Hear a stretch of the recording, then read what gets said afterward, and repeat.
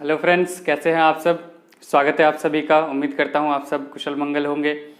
Friends, ये हम लोग लेकर के आए हैं आज प्रकाश का पार्ट 2 का वीडियो। ठीक है, इससे पहले हम लोगों ने पार्ट 1 का वीडियो देखा था जिसमें हम लोगों ने प्रकाश का परावर्तन, प्रकाश का अपवर्तन, प्रकाश का पूर्ण आंतरिक परावर्तन इत्यादि टॉपिक्स को एकदम पूरा आसान भाषा में समझने का प्रयास किया था और आप लोगों ने उसका एक बहुत अच्छा रिस्पॉन्स भी दिया था।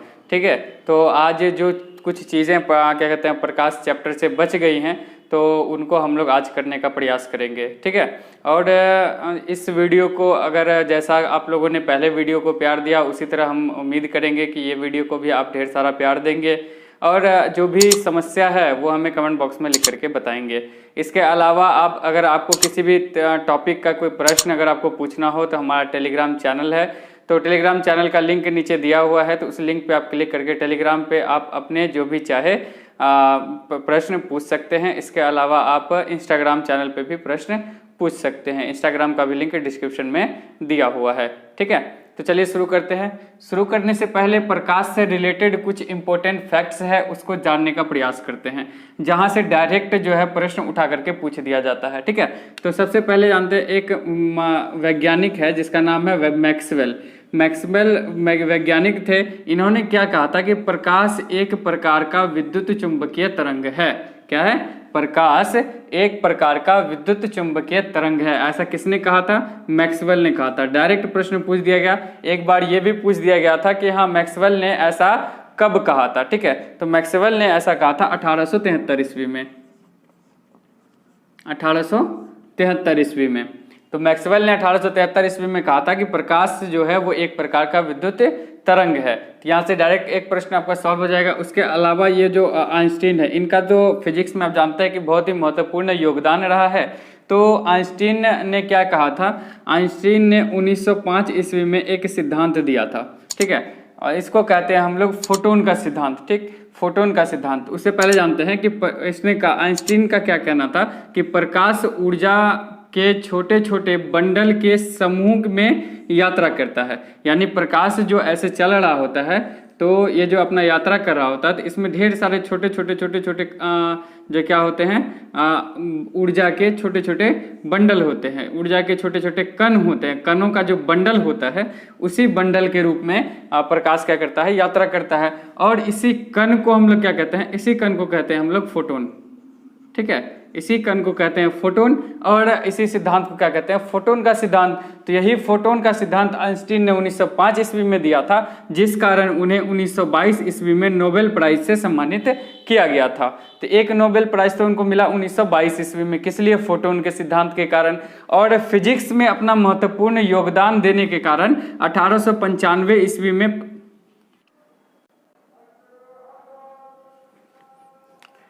और 1922 में क्या हुआ था कि उनको फोटोन के सिद्धांत के लिए क्या किया गया था? नोबेल प्राइज से सम्मानित किया गया था। उसके अलावा 1895 ईस्वी में इनको जो फिजिक्स में इनके महत्वपूर्ण योगदान के लिए इनको क्या किया गया था? नोबेल प्राइज दिया गया था। तो नोबेल प्राइज आइंस्टीन को 2 बार दिया गया था, एक बार 1922 में और एक बार 1895 में। ये थे कुछ महत्वपूर्ण। इसके अलावा आइंस्टीन महोदय ने क्या कहा था? आइंस्टीन महोदय ने कहा था कि प्रकाश जो है वो द्वैध प्रकृति का है। प्रकाश क्या है? वो द्वैध प्रकृति का है। इसकी द्वैध प्रकृतियां क्या क्या हैं? तो एक तो ये है कि ये तरंग के रूप में पाया जाता है, तरंग यानी कि वेव, और दूसरा है कण यानी कि पार्टिकल। ठीक है, इसकी 2 प्रकृतियां क्या है? जैसे द्वैध शासन, आप लोगों ने हिस्ट्री में पढ़ा होगा, बंगाल में क्या होता है? द्वैध शासन था। ठीक है, बंगाल में यानी कि एक ब्रिटेन सरकार का शासन था और एक यहाँ की सरकार जो राजा महाराजा थे उसका शासन था, उसको द्वैध शासन कहते हैं। उसी तरह यहाँ द्वैध प्रकृति है, तो एक तो ये इसमें तरंग की प्रकृति और दूसरा कण की प्रकृति है। ऐसे ये सारी बातें आइंस्टीन महोदय ने की थी। ठीक, तो इसके अलावा कुछ महत्वपूर्ण टर्म आते हैं जो डायरेक्ट क्वेश्चन, जिससे 1 लाइनर जितने भी 1 डे के एग्जाम होते हैं, जैसे एसएससी हुआ, दारोगा वगैरह हुआ, 1 डे का जितना भी एग्जाम होता है उसमें क्या होता है, कुछ जो टर्म है उससे डायरेक्ट क्वेश्चन पूछ लिया जाता है। जैसे पूछा जाता है कि प्रदीप्त वस्तुएं किसे कहते हैं? प्रदीप्त वस्तुएं, प्रदीप्त वस्तुएं वैसी वस्तुएं होती हैं जिसका अपना खुद का प्रकाश होता है। समझ रहे बात को? कि प्रदीप्त वस्तुएं वैसी वस्तुओं को कहा जाता है कि जिसका अपना खुद का प्रकाश होता है। फॉर एग्जाम्पल अगर हम लोग ले लेते हैं जैसे सूर्य, सूर्य यानी कि सन, सूर्य का क्या क्या होता है, अपना खुद का प्रकाश होता है, उसके अलावा लालटेन है, उसके अलावा मोमबत्ती है। तो ये सब जो वस्तुएं हैं इसका अपना खुद का प्रकाश होता है, तो वैसी वस्तुओं को प्रदीप्त वस्तुएं कहा जाता है। उसके बाद आता है सेकंड नंबर में अदीप्त वस्तुएं। अदीप्त वस्तुएं वैसी वस्तुओं को कहा जाता है जिसका अपना खुद का प्रकाश नहीं होता है, जिसका अपना खुद का प्रकाश नहीं होता है, वैसी वस्तुओं को अदीप्त वस्तुएं कहा जाता है। जैसे इसमें ढेर सारे एग्जाम्पल आ जाएंगे, जैसे कुर्सी हो गया, चंद्रमा हो गया, ठीक है, उसके बाद टेबल हो गया, ये सब इत्यादि जो है ये सब अदीप्त वस्तुएं हैं जिसका अपना खुद का प्रकाश नहीं होता है। उसके बाद आता है पारदर्शक वस्तुएं, ठीक है। ऐसे डायरेक्ट एग्जाम में प्रश्न बनता है कि पारदर्शक वस्तुएं, निम्न में कौन सी वस्तु पारदर्शक है, निम्न में कौन सी वस्तु अदीप्त है, निम्न में कौन सी वस्तु प्रदीप्त है, इस तरह से क्वेश्चन बनता है, इसलिए इसका आपको जानना जरूरी है। पारदर्शक वस्तुएं वैसी वस्तुएं जिससे प्रकाश की किरण जो है पार कर जाती है, ठीक है, जिससे प्रकाश की किरण इस पार से उस पार कर जाती है एकदम पूरा क्लियरली, उसको पारदर्शक वस्तुएं कहते हैं। जैसे फॉर एग्जांपल ले लेते हैं कांच, ठीक है, कांच है क्या है, पारदर्शक वस्तु है जिससे जो प्रकाश की किरण है इस पार से उस पार चली जाती है। उसके बाद अगला पॉइंट है अपारदर्शक वस्तु। अपारदर्शक वस्तु ऐसी वस्तुओं को कहा जाता है जिससे वस्तु जो है इस पार से उस पार नहीं जा पाती, सॉरी, प्रकाश की किरण जो है वो इस पार से उस पार नहीं जा पाती है। जैसे आप मान लेते हैं ये बोर्ड है, ये दीवार है, ये सब क्या है, ये अपारदर्शी वस्तुएं हैं जिससे प्रकाश जो है, प्रकाश की किरण उसको पार नहीं कर पाती है, उसको भेद नहीं पाती है। उसके बाद जहां से सबसे ज्यादा क्वेश्चन बनता है वो है अर्धपारदर्शक वस्तुएं। अर्धपारदर्शक वस्तुएं वैसी वस्तुओं को कहा जाता है जिससे प्रकाश की किरण पार तो कर जाती है लेकिन पूरा क्लियर पार नहीं करती, पूरा धुंधली हो जाती है, धुंधली पार कर जाती है इत्यादि। तो उस वस्तुओं में आप लोगों ने देखा होगा, जैसे जैसे क्या होता है, फाइबर का हम लोग क्या लगाते हैं, जैसे खिड़की है, खिड़की में हम लोग फाइबर लगाते हैं, तो फाइबर में क्या होता है कि उसमें लाइट इस पार से उस पार तो जाती है लेकिन उस लाइट का कोई वैल्यू नहीं होता है, उससे हम लोग कुछ देख नहीं पाते हैं, तो वैसे होता है। उसके अलावा जो एक पॉइंट बनता है, जैसे तेल लगा हुआ कागज, ठीक है, तेल लगा कागज, कागज क्या है, अगर सिर्फ कागज पूछे तो ये अपारदर्शी वस्तु है। अगर कागज में हम लोग तेल लगा देते हैं तो वो क्या हो जाता है, उससे लाइट इस पार से उस पार चला जाता है लेकिन वो हमको क्लियर दिखाई नहीं देता है। तो ये सब कुछ इंपॉर्टेंट पॉइंट्स थे जहां से डायरेक्ट प्रश्न बनते हैं। इसके अलावा एक और प्रश्न बनता है कि ये जो सूर्य है, ठीक है, ये सूर्य है और इधर क्या है, पृथ्वी है हमारी, तो सूर्य से जो है पृथ्वी तक सूर्य का प्रकाश पहुंचने में कितना समय लगता है। तो सूर्य से पृथ्वी तक सूर्य का प्रकाश पहुंचने में समय लगता है, वो समय है 8 मिनट 20 सेकंड। कितना, 8 मिनट 20 सेकंड का समय लगता है सूर्य के प्रकाश को पृथ्वी तक पहुंचने में। और इसके अलावा आपको मैंने बताया था कि निर्वात में सूर्य के प्रकाश की प्रकाश की चाल कितनी होती है, तो 3 लाख किलोमीटर प्रति सेकंड होती है, 3 लाख किलोमीटर प्रति सेकंड प्रकाश की चाल होती है।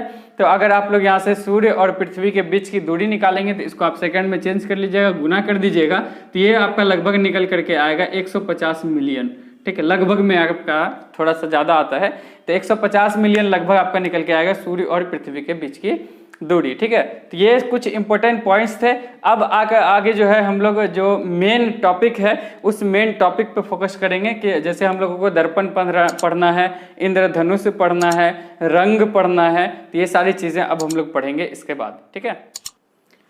चलिए अब हम लोग देखते हैं किसको, कलर के बारे में पढ़ते हैं, ठीक है, कलर यानी कि रंगों के बारे में पढ़ते हैं। तो रंगों को 2 पार्ट में बांटा गया है, एक होता है प्राथमिक रंग, दूसरा होता है द्वितीयक रंग। इससे पहले आपको बता दें कि जैसा हम लोगों ने पढ़ा था कि जो श्वेत प्रकाश होता है या जो सनलाइट होता है वो 7 अलग अलग रंगों में विभक्त हो जाता है, violet, indigo, blue, green, yellow, red, ये सारी जो है कि क्या कहते हैं कलर में विभक्त हो जाता है। तो जब ये सब कलर को हम लोग मिक्स करते हैं, तो जब ये सभी कलर को हम लोग मिक्स करेंगे तो वो हमारा श्वेत रंग में निकल के आ जाएगा, ठीक है, वो हमारा क्या निकल के आता है, श्वेत रंग। जब 7 कलर को एक साथ मिक्स कर देंगे तो जो नया कलर बन के तैयार होगा उसे वही होता है हमारा श्वेत रंग होता है, ठीक।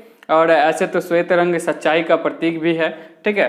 तो कलर को समझने के लिए हम एक डायग्राम बनाते हैं कि किसको प्राथमिक कलर कहते हैं, किसको द्वितीयक कलर कहते हैं। तो ये आज प्रिज्म नहीं है, ये आप बना लीजिए, एक त्रिभुज बना लीजिए। इसमें क्या कीजिए कि एक रंग यहाँ लिख दीजिए लाल, ठीक है, और हरा और नीला। ठीक है, तो ये तीनों कलर जो है लाल, हरा और नीला, इन तीनों रंगों को क्या कहा जाता है? प्राथमिक रंग कहा जाता है।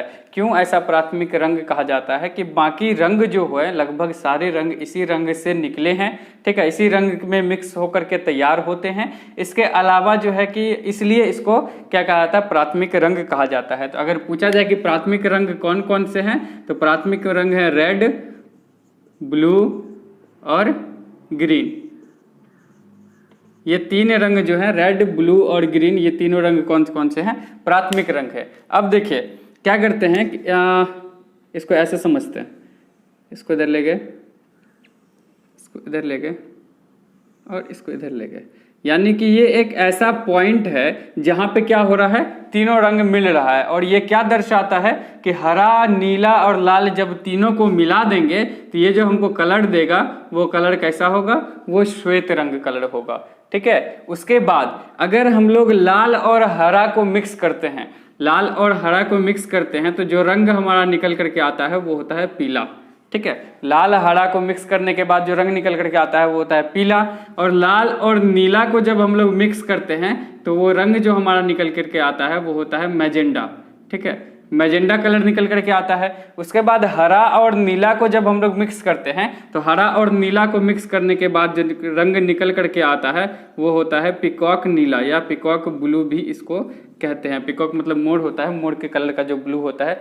लेकिन ऐसा ये नहीं है कि हाँ हम लोग जो अभी जो पेंट वाला कलर होता है अगर उसको लाल हरा को मिक्स करेंगे तो पीला हो जाएगा, वो पूर्णतः पीला नहीं होगा। क्यों? क्योंकि ये सारे जो है ये नेचुरल रंगों के लिए हैं, यानी कि जो नेचुरल रंग होते हैं उनको मिक्स करने के बाद क्लियरली पीला नजर आएगा। लेकिन जो पेंट होता है उसमें क्या कहते हैं, केमिकल वगैरह मिला होता है, अशुद्धता मिली हुई होती है, इसलिए अगर लाल हरा को मिक्स करेंगे तो पूर्णतः पीला तो नहीं आएगा लेकिन लगभग पीला के समान आ जाएगा। इसलिए इस कंफ्यूजन में आप लोग मत रहिएगा।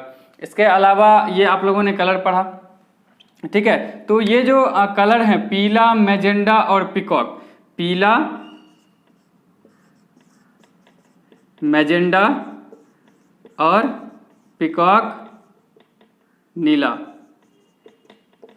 पीला, मैजेंडा और पिकॉक नीला, ये तीनों कलर जो है ये तीनों कलर क्या कहलाते हैं? द्वितीयक कलर कहलाते हैं। ठीक है, इसके अलावा और भी क्वेश्चन पूछता है कलर से कि जैसे अगर हरा और पीला को मिला दिया जाए तो क्या बनेगा, नीला मैजेंडा को मिला दिया जाए तो क्या मिलेगा। तो इससे ये आप पॉइंट नोट कर लीजिएगा कि जब हम लोग हरा के साथ मैजेंडा कलर को मिलाते हैं, किसको? मैजेंडा कलर को मिलाते हैं तो ये हमको क्या देता है? श्वेत रंग देता है। ठीक है, क्यों? क्योंकि हमने क्या बताया था कि हरा, लाल और नीला तीनों को मिक्स करेंगे तो श्वेत रंग प्राप्त होगा, और नीला और लाल को मिक्स करने से तो मैजेंडा प्राप्त हो ही रहा, और मैजेंडा और हरा को मिला देंगे तो श्वेत कलर प्राप्त होगा। उसी तरह अगर हम लोग लाल के साथ पिकॉक नीला को मिला देंगे तो भी हमारा श्वेत कलर प्राप्त होगा। उसी तरह हम लोग अगर नीला के साथ पीला कलर को मिला देंगे तो भी हमारा श्वेत कलर प्राप्त होगा।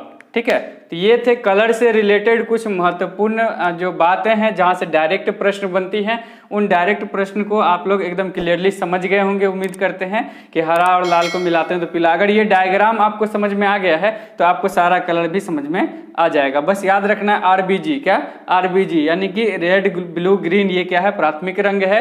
और उसके बाद जब दोनों को मिक्स करते हैं, लाल हरा को मिक्स करते हैं पीला, लाल नीला को मिक्स करते हैं मैजेंडा, हरा और नीला को मिक्स करते हैं तो पिकॉक नीला हमारा आता है। और जब सबको मिक्स कर देते हैं तो हमारा श्वेत कलर आ जाता है। तो ये थे कलर से रिलेटेड कुछ महत्वपूर्ण बातें। ठीक है, अब आगे हम लोग देखते हैं अगला टॉपिक। चलिए, अगला टॉपिक हमारा क्या है? अगला टॉपिक है हमारा रेनबो, यानी कि इंद्रधनुष। कभी कभी देखते होंगे आप आसमान में इंद्रधनुष बनता है। अक्सर ये कब बनता है? जब वर्षा होती है। ठीक है, वर्षा के बाद जो है इंद्रधनुष बनता है। तो जरूरी नहीं है कि ये जो इंद्रधनुष है ये वर्षा के बाद ही बने, कभी कभी जब बहुत ज़्यादा ओस होता है और ओस के बाद जो है अचानक से आप देखते होंगे कि ओस भी है इधर और इधर से धूप भी निकल गया, अचानक से तेज धूप निकल गया, उस समय भी इंद्रधनुष बन सकता है। क्योंकि इंद्रधनुष बनने के लिए हवा में जल की मात्रा होनी चाहिए, जलवाष्प की मात्रा, जल की मात्रा होनी चाहिए, इसलिए हमारा इंद्रधनुष बनता है। ठीक है, तो हम लोग यहाँ पर अभी वर्षा का एग्जाम्पल लेते हैं कि एक चीज़ और ध्यान रखिएगा कि जब भी इंद्रधनुष बनेगा वो वर्षा के बाद बनेगा। ठीक है, बारिश होने के बाद बनेगा, बारिश होने से पहले नहीं बनेगा।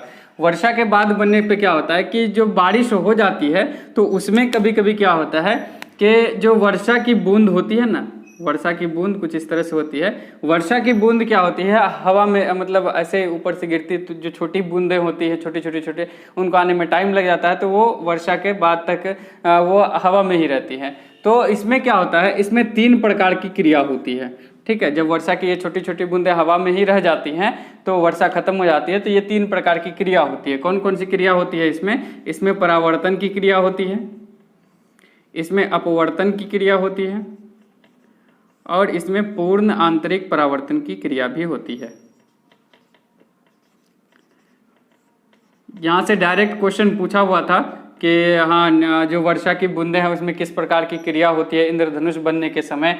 तो ऑप्शन ए दिया हुआ था परावर्तन, ऑप्शन बी दिया हुआ था अपवर्तन, ऑप्शन सी दिया हुआ था पूर्ण आंतरिक परावर्तन और ऑप्शन डी दिया हुआ था उपर्युक्त सभी। तो उपर्युक्त सभी आपका आंसर होगा। इसमें क्या होता है कि ये जो वर्षा की बूंद है ये कभी कभी प्रिज्म के रूप में भी कार्य करने लगती है। होता क्या है कि जब लाइट, जब प्रकाश की किरण यहाँ से आ रही होती है, इसके अंदर जाती है, तो फिर क्या होता है कि जैसे मैंने बताया था आपको अपवर्तन में कि जब ये प्रिज्म के रूप में कार्य करने लगता है तो ये अलग 6 यानी कि 6 अलग अलग रंगों में क्या हो जाता है, विभक्त हो जाता है। 6 अलग अलग रंगों में विभक्त हो जाता है और यही 6 रंग जो है ये क्या होता है, आसमान में इसका रूप ले लेते हैं। किसका? इंद्रधनुष का रूप ले लेते हैं। ठीक है, कभी कभी ऐसा भी होता है कि ये अधिक परावर्तित तो हो जाते हैं और क्या कहते हैं, वर्षा की बूंद ये जो प्रिज्म के रूप में कार्य करता है, तो कभी कभी अधिक परावर्तन के कारण क्या होता है, हमको वॉयलेट और इंडिगो, ये जो 2 नीचे का कलर है, इसका प्रकीर्णन ज़्यादा है तो इसलिए ये हमको नहीं दिखाई देता है, ऊपर का 5 रंग ही हमें दिखाई देते हैं। लेकिन यहाँ पे कुछ कंडीशन है जो डायरेक्ट पूछा जाता है। कंडीशन ये है कि पहला कंडीशन कि जो इंद्रधनुष की घटना होती है ये हमेशा वर्षा के बाद होती है। पहला कंडीशन ये हो गया। दूसरा कि ये जो इंद्रधनुष आसमान में बनेगा, आसमान में जब भी इंद्रधनुष बनता है तो सूर्य के विपरीत दिशा में बनता है। ठीक है, अगर शाम के समय सूर्य पश्चिम में है तो इंद्रधनुष कहाँ बनेगा, पूरब में बनेगा। और अगर सुबह के समय सूर्य पूरब में है तो इंद्रधनुष कहाँ बनेगा, पश्चिम में बनेगा। और दोपहर के समय जब बिल्कुल 12 बज रहे होंगे, दोपहर जब सूर्य हमारे सर के ऊपर होगा, उस समय इंद्रधनुष नहीं बनता है। ठीक है, तो ये थे कुछ घटनाएं। इसके अलावा जो है प्रकीर्णन के समय कभी कभी क्या होता है कि हमको, आप देखते होंगे कि आसमान में क्या होता है कि 2 इंद्रधनुष दिखाई देने लगता है। ठीक है, 2 इंद्रधनुष कभी कभी दिखाई देने लगता है। तो ये जो 2 इंद्रधनुष दिखाई देता है ये भी बूंदों के कारण ही होता है। ढेर सारी बूंदें होती है तो वो अलग अलग जगह दिखाई देने लगती है। लेकिन यहाँ से जो क्वेश्चन बनता है, यहाँ से क्या क्वेश्चन बनता है कि अगर जो पहले वाला इंद्रधनुष होता है, अगर उसमें रेड कलर नीचे है तो वॉयलेट कलर ऊपर होगा। ठीक है, और इसके जस्ट उल्टा अगर, तो इसमें क्या होगा, वॉयलेट कलर नीचे होगा और रेड कलर ऊपर होगा। इस तरह की घटना बनती है कि अगर एक इंद्रधनुष में क्या होता है कि अगर रेड कलर नीचे है तो दूसरे इंद्रधनुष में रेड कलर ऊपर होगा, ये कंफर्म है। तो ऐसा होता है जब 2 इंद्रधनुष बनता है। तो ये था रेनबो हमारा चैप्टर। इससे जो मेन पॉइंट थे उसको हम लोगों ने देख लिया।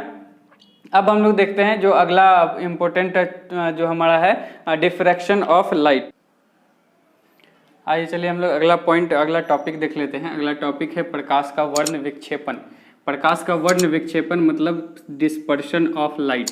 इससे पहले भी मैंने आपको बताया था, एक बार फिर आपको रिवाइज करवा देता हूं कि जब किसी श्वेत प्रकाश को किसी प्रिज्म से गुजारा जाता है तो वो 7 अलग अलग रंगों में क्या होता है, विभक्त हो जाता है। ठीक है, 7 अलग अलग रंगों में विभक्त हो जाता है। और जो सबसे अधिक तरंग धैर्य होता है वो किसका होता है, लाल का होता है, 7800 एंगस्ट्रॉम होता है। और जो सबसे कम धैर्य होता है वो वॉयलेट कलर का होता है। ठीक है, वॉयलेट यानी कि बैगनी कलर का होता है, यानी कि 3900 एंगस्ट्रॉम इसका तरंग धैर्य होता है। और ये धीरे धीरे इसी तरह बढ़ता जाता है। तो ये तो मैंने आपको बताया था। उसके बाद क्या होता है कि जब सूर्य से प्रकाश पृथ्वी की ओर निकलती है तो उसका गति होता है, तो हर एक का गति अलग अलग होता है। तो हम लोग देखेंगे किसका गति अधिक होता है, किसका गति कम होता है। ठीक है, इसके अलावा तो ये तो आप लोगों ने देखा। इसके अलावा एक और चीज़ होता है कि जो तरंग दैर्घ्य होता है और प्रकीर्णन होता है, यानी कि जो प्रकीर्णन होता है, प्रकाश का प्रकीर्णन हम लोगों ने पिछले वीडियो में देखा। अगर पहला वीडियो आप लोगों ने नहीं देखा तो डिस्क्रिप्शन में उसका लिंक दिया हुआ, वहाँ से आप पिछला वीडियो देख सकते हैं। जो प्रकीर्णन होता है वो इन्वर्सली प्रोपोर्शनल होता है तरंग दैर्घ्य के।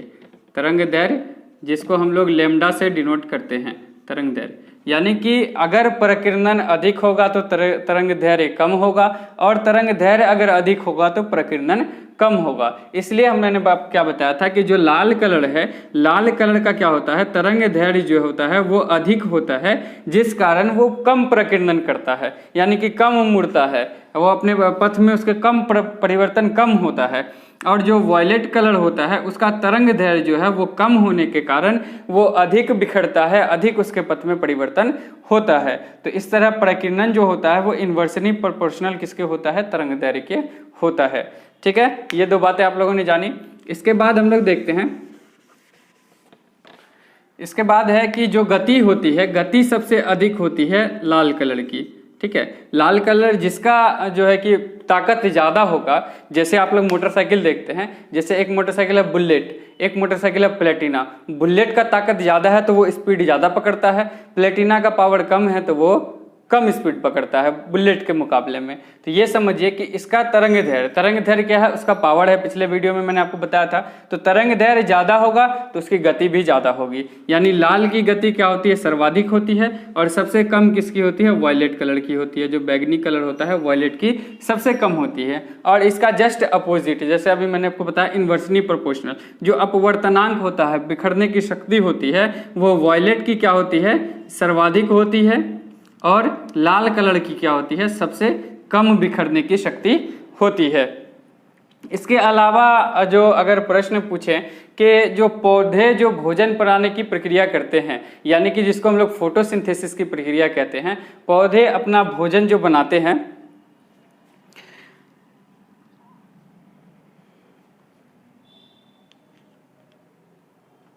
ठीक है, तो पौधे अगर सर्वाधिक किस रंग में, ठीक है, अगर पूछा जाए कि सर्वाधिक किस रंग में पौधे अपना भोजन बनाते हैं तो वो हो जाएगा लाल, और सबसे कम जो फोटोसिंथेसिस की क्रिया होती है वो होती है वॉयलेट में। ठीक है, सबसे कम किस में होती है, वॉयलेट में, यानी कि सर्वाधिक जो है वो लाल रंग में होता है और सबसे कम जो होता है वो वॉयलेट में होता है। फोटोसिंथेसिस की प्रक्रिया के बारे में बात करें। इसके अलावा एक और क्वेश्चन पूछ लिया गया था कि ये जो रंगों का क्रम है, क्रमानुसार, जो मैंने आपको फॉर्मूला बताया था वेब की ओर, क्रम के अनुसार जो बीच में है, जैसे अभी रेलवे का एग्जाम हुआ था पिछली बार, जो क्या कहते हैं एनटीपीसी का फॉर्म आया था, उसमें क्वेश्चन पूछा गया था कि जो क्रमानुसार अगर देखें तो बीच में कौन सा कलर आता है। तो बीच में आप लोगों को अगर ये क्रम याद होगा, VIBGYOR, ये क्रम है। ठीक है, ये बढ़ते तरंग दैर्घ्य के रूप में बढ़ता क्रम है। तो सबसे बीच में कौन सा कलर आता है, ग्रीन कलर आता है। तो ग्रीन कलर जो है आपका आंसर हो जाएगा, यानी ग्रीन कलर सबसे बीच में आता है। तो अभी हम लोगों ने देख लिया प्रकाश के वर्ण विक्षेपण यानी कि डिस्पर्शन ऑफ लाइट से जो भी महत्वपूर्ण इंपॉर्टेंट प्रश्न बनते हैं, वो सारे इंपॉर्टेंट प्रश्न को हम लोगों ने यहाँ पे डिस्कस कर लिया। इसके बाद जो है कुछ क्वेश्चन यहाँ पे मैं दर्पण का बताना चाहूंगा कि दर्पण से कुछ क्वेश्चन बनते हैं। ठीक है, दर्पण, दर्पण यानी कि मिरर। दर्पण से कुछ इंपॉर्टेंट प्रश्न जो आते हैं, दर्पण दो प्रकार के होते हैं, अलग अलग ढेर सारे प्रकार के भी होते हैं, लेकिन अवतल दर्पण की बात करेंगे हम लोग। ठीक है, और उत्तल दर्पण की बात करेंगे। अवतल दर्पण और उत्तल दर्पण की बात करेंगे। इसके अलावा एक और चीज़ इससे पहले हम लोग डिस्कस कर लेते हैं कि जैसे किसी मिरर का साइज, क्वेश्चन डायरेक्ट पूछता है कि किसी मिरर, किसी दर्पण का साइज एक वस्तु के मुकाबले कितना होना चाहिए कि वस्तु जो है वो उसमें पूरी तरह फिट आ सके। यानी कि आपको अगर बात करें, जैसे ये मिरर है, ये आईना है, ये मिरर की अगर बात करते हैं कि इस मिरर का साइज कितना मतलब होना चाहिए, मेरे मुकाबले कितना इसका साइज होना चाहिए कि मेरा पूरा प्रतिबिंब इसमें बन जाए, तो इसका आंसर क्या हो जाएगा, वस्तु का आधा। ठीक है, वस्तु का आधा। यानी कि अगर मेरी लंबाई, मेरी हाइट जो है अगर वो 6 फीट है, तो जो मिरर है, मिरर का हाइट कम से कम 3 फीट होना चाहिए, तब उसमें मेरा पूरा का पूरा प्रतिबिंब बन जाएगा। एक क्वेश्चन तो ये हो गया। दूसरा पॉइंट ये है कि जैसे अगर कोई मिरर है, ठीक है, कोई मिरर है, तो उस मिरर की ओर, अगर ये वस्तु है यहाँ पे, यहाँ मिरर है, अगर इस मिरर की ओर जो है अगर हम v गति से बढ़ते हैं, ठीक है, v चाल से बढ़ते हैं, तो जो मिरर में हम जो है वो 2v गुना चाल से बढ़ते हुए दिखाई पड़ते हैं। जैसे अगर मैं आपकी तरफ, जैसे कैमरा ही है, ये भी एक प्रकार का मिरर है, जैसे मैं आपकी तरफ v चाल से बढ़ रहा हूँ, तो जो मेरा जो प्रतिबिंब है वो आपको 2 गुना v यानी कि दुगुना चाल से जो है बढ़ता हुआ मेरा प्रतिबिंब नजर आएगा। तो ये भी प्रश्न का पार्ट बनता है, इसलिए इसको डिस्कस कर लिया। उसके बाद बात करते हैं अवतल दर्पण और उत्तल दर्पण का यूज कहाँ कहाँ होता है। अवतल दर्पण, देखिए इसको समझने के लिए आप डायरेक्ट एक वर्ड बस याद रखिएगा, वहां से आपका सारा प्रॉब्लम क्लियर हो जाएगा। अवतल मतलब क्या, बड़ा, ये सिर्फ समझने के लिए, इसका मतलब ये नहीं होता है, सिर्फ समझने के लिए मैं बात करता हूँ। अवतल मतलब क्या होता है, बड़ा, और उत्तल मतलब क्या होता है, छोटा होता है। तो अवतल दर्पण का यूज कहाँ होता है, उत्तल दर्पण का यूज कहाँ होता है। तो अवतल दर्पण का जो हम लोग यूज करते हैं, अवतल दर्पण का यूज करते हैं जैसे हजामत बनाने में। हजामत समझ रहे हैं आप लोग, हजामत बोले तो जो दाढ़ी शेविंग करने में, जो सैलून में जो मिरर लगा हुआ रहता है सामने में, उस मिरर में वो कौन सा मिरर होता है, वो अवतल दर्पण। क्यों? क्योंकि अगर मान लीजिए कि जैसे हम ही सैलून गए तो वहाँ बैठे, तो जो नाई होगा, ठीक है, बार्बर होगा, वो क्या करेगा, उसको जब आपका प्रतिबिंब बड़ा दिखाई दिया, हमको ही अपना फेस बड़ा दिखाई देगा, तब ना हम ढूंढ ढूंढ करके बाल कटवा पाएंगे, नहीं। तो इसलिए कहाँ यूज होता है, हजामत बनाने में यूज होता है। उसके बाद जो है अवतल दर्पण का यूज कहाँ होता है, वो होता है गाड़ी का हेडलाइट में। देखिए हेडलाइट और बैक लाइट, पीछे वाला लाइट में अंतर होता है। हेडलाइट कहते हैं कि रात को जो हम लोग गाड़ी लेकर के कहीं जाते हैं, तो जो हेडलाइट जलाते हैं, जो आगे में हमको रोशनी देता है, वो होता है हेडलाइट। तो रोशनी क्या होता है कि अगर हमको ढेर सारा रोशनी आगे मिलेगा तो हम साफ सफाई आराम से देख करके जो है कि गाड़ी चला पाएंगे। अगर कम रोशनी दिखाई देगा तो किसी को जाकर के ठोक देंगे, ठीक है, ऐसा नहीं होना है। तो हेडलाइट में जो यूज किया जाता है वो अवतल दर्पण का यूज किया जाता है। इसके अलावा अवतल दर्पण का यूज कहाँ होता है, तो उत्तल दर्पण का यूज किया जाता है गाड़ी के बैक लाइट में,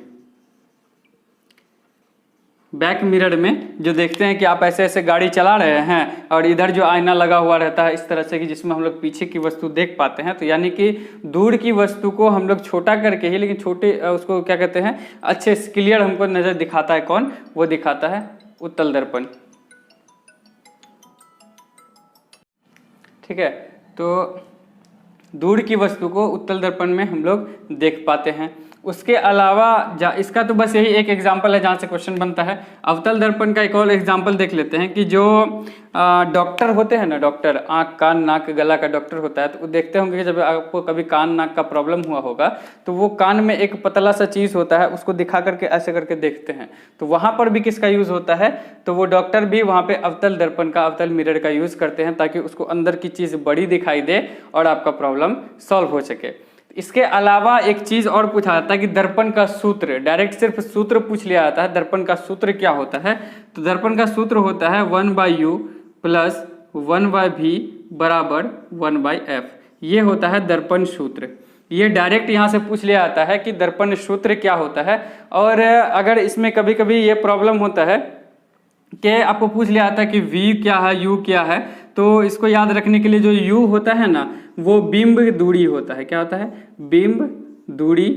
v जो होता है वो होता है प्रतिबिंब का दूरी। ये जब आप न्यूमेरिकल सॉल्व कीजिएगा, आपको जरूरत नहीं है, वनडे एग्जामिनेशन के लिए कोई जरूरत नहीं है, बस फॉर्मूला याद रखिए। और ये जब रेयर केस में जब एग्जामिनर होता है, जो क्वेश्चन सेट करने वाला होता है, उसका जब सटक जाता है ना, तो इस तरह से क्वेश्चन पूछ देता है, तो फिर आप लोग इसको याद रखिएगा। जैसे f होता है, ये क्या होता है, फोकस दूरी होता है, ठीक है, फोकस दूरी होता है। तो ये होता है, इसको डायरेक्ट दर्पण सूत्र कहते हैं। तो इसको आप लोग याद रख लीजिएगा कैसे कैसे इसमें क्या क्या होता है। इसके अलावा अगर कुछ बात करें,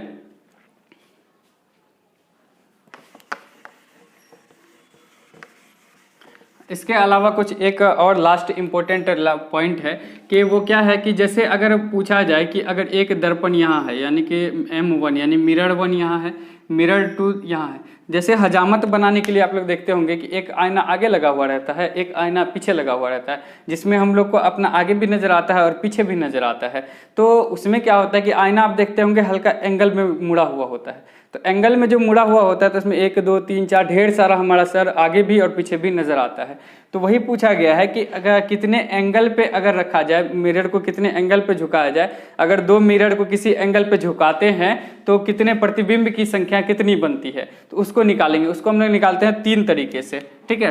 पहला तरीका, ठीक है, पहला तरीका है कि अगर ये जो अब वस्तु है, वस्तु जो है अगर इसको मान लीजिए कि 90 डिग्री पे है, दोनों तरफ 90 डिग्री पे है, तो 360 अब बटे 90 -1 करते हैं, ठीक है। यहाँ पे थीटा डायरेक्ट फॉर्मूला लिख लीजिए, 360 बटे थीटा -1। अगर 90 डिग्री पे है तो 360 बटे 90 -1, तो 0 0 कट गया, 9 चौके 36 बराबर कितना आया, 3 आया। कितना आया, 3 आया, ठीक है। उसके बाद ये तो हो गया कि हाँ उसका कितना प्रतिबिंब बनेगा, 3 प्रतिबिंब बनेगा। इस तरह से आप निकाल सकते हैं कि जब 2 दर्पण के बीच अगर एंगल हो तो कितने प्रतिबिंब उसमें बनेंगे। इसके अलावा अगर देखते हैं कि अगर दूसरा हम लोग लेते हैं, दूसरा क्या लेते हैं कि मान लीजिए कि वो 45 डिग्री पे है, 360 बटे 45, तो बराबर अगर हम लोग इसको करेंगे तो ये हमारा कितना आ जाएगा, 8, ठीक है। तो इस चीज़ को पहले हम लोग चेक करेंगे कि 360 बटे 90 जो आ रहा है तो बराबर कितना आ रहा है, 9 चौके 36 आ रहा है, 4 आ रहा है। तो अगर ये सम संख्या में आ रहा है, ठीक है, अगर ये सम संख्या में आ रहा है तो क्या करेंगे, -1 कर देंगे, वहाँ पे कोई परेशानी नहीं। यहाँ भी हमारा सम संख्या में आ रहा है, 360 बटे थीटा जो है वो हमारा सम संख्या में आ रहा है, तो इसमें हम लोग -1 करेंगे, यानी कि ये हमारा 7 प्रतिबिंब बनेगा। अगर 90 डिग्री होगा, 45 डिग्री होगा तो कितना प्रतिबिंब बनेगा, 7 प्रतिबिंब बनेगा। लेकिन समस्या वहाँ हो जाती है कि अगर हम लोग 360 में थीटा को भाग देते हैं तो वो विषम संख्या में आ जाता है। तो विषम संख्या में आने पर क्या करते हैं कि जैसे मान लीजिए कि विषम संख्या में कब आएगा, 360 बटे, ठीक है, 40 लेते हैं। ये दूसरा कंडीशन, पहला मैंने आपको, सॉरी ये पहला ही है, 360 बटे 40 लेते हैं, बराबर अगर करते हैं तो 4 9 36, यानी कि 9 आ जाता है, 0 0 कट जाएगा, 4 9 36, ये तो आ गया विषम। उसके बाद अगर हम लोग कोई दूसरा एक और तीसरा कंडीशन लेते हैं, तीसरा कंडीशन में क्या करते हैं, 360 बटे यहाँ भी 40 करते हैं, तो ये भी हमारा क्या आ जाएगा, 9 आ जाएगा। ये दोनों कंडीशन है, लेकिन एक कंडीशन में हम लोग -1 करते हैं और दूसरे कंडीशन में -1 नहीं करते हैं। तो किस कंडीशन में हम लोग -1 करते हैं और किस में नहीं करते हैं, तो चलिए उसको मैं बताता हूँ कि जब 2 वस्तुएं, ठीक है, सॉरी जब वो वस्तुएं, जब ऐसे मिरर है, मिरर के बीच जो वस्तु रखा हुआ है, इस दोनों मिरर के जो बीच का एंगल है, अगर मान लिया मैंने 40 लिया, तो अगर इधर भी 20 है, इधर भी 20 है, दोनों तरफ समान एंगल है, ठीक है, दोनों तरफ अगर समान एंगल है तो उसमें क्या करेंगे, उसमें हम लोग -1 करेंगे, ठीक है। दोनों तरफ अगर समान एंगल दिया हुआ है तो क्या करेंगे, उसमें हम लोग -1 नहीं करेंगे। समान वाले में क्या करेंगे, जब समान एंगल होगा तो उसमें हम लोग जो है वो वही रहने देंगे, यानी कि उसमें 9 प्रतिबिंब बनेगा। अगर एंगल समान नहीं होगा या असमान एंगल होगा, ठीक है, असमान एंगल कहने का मतलब क्या हो गया कि इधर 10 डिग्री है, इधर 30 डिग्री है, या फिर इधर 5, इधर क्या है 35 डिग्री है, इधर 5 डिग्री के एंगल पे झुका हुआ है, तो वहां पे हम लोग क्या करेंगे, वहां पे हम लोग -1 करेंगे, ठीक है। दोनों तरफ तो 35 5 40 ही हो रहा है, 30 10 40, 20 20 40 ही हो रहा है, लेकिन कंडीशन अलग अलग है। जब दोनों के बीच का एंगल समान हो तो वहाँ -1 नहीं करेंगे, सिर्फ भागा दे देंगे 360 से, और अगर जब एंगल समान नहीं हो तो वहाँ क्या करेंगे, वहाँ पे हम लोग -1 भाग देने के बाद -1 कर देंगे। तो इस तरह से प्रकाश का जो चैप्टर है वो कंप्लीट हो चुका है। जो भी महत्वपूर्ण पॉइंट्स है वो हम लोगों ने डिस्कस कर लिए हैं, और उम्मीद करते हैं आपको वीडियो पसंद आया होगा। अगर पसंद आया तो दोस्तों में शेयर कीजिए, और जो भी आपकी समस्या है मैंने आपको बता ही दिया है कि इंस्टाग्राम चैनल पे आप डायरेक्टली पूछ सकते हैं। IAS क्लासेस आप इंस्टाग्राम पे सर्च कीजिएगा तो आपको मिल जाएगा। उसके अलावा अगर आपने पहला पार्ट नहीं देखा है तो उसका लिंक डिस्क्रिप्शन में दिया हुआ है, वहाँ से आप देख सकते हैं। और और क्या, आप बस लाइक कीजिए, सब्सक्राइब कर दीजिए, कमेंट बॉक्स में बताइए कैसा लग रहा है आपको वीडियो, अच्छा लग रहा है कि नहीं, हम लोग को प्रोत्साहन मिलेगा। ठीक है, अगर चैनल को सब्सक्राइब नहीं किया है तो प्लीज़ चैनल को सब्सक्राइब कर लीजिए। अगर सब्सक्राइब कर लिया तो उसके लिए बहुत बहुत धन्यवाद, और वीडियो देखने के लिए भी आपका बहुत बहुत धन्यवाद।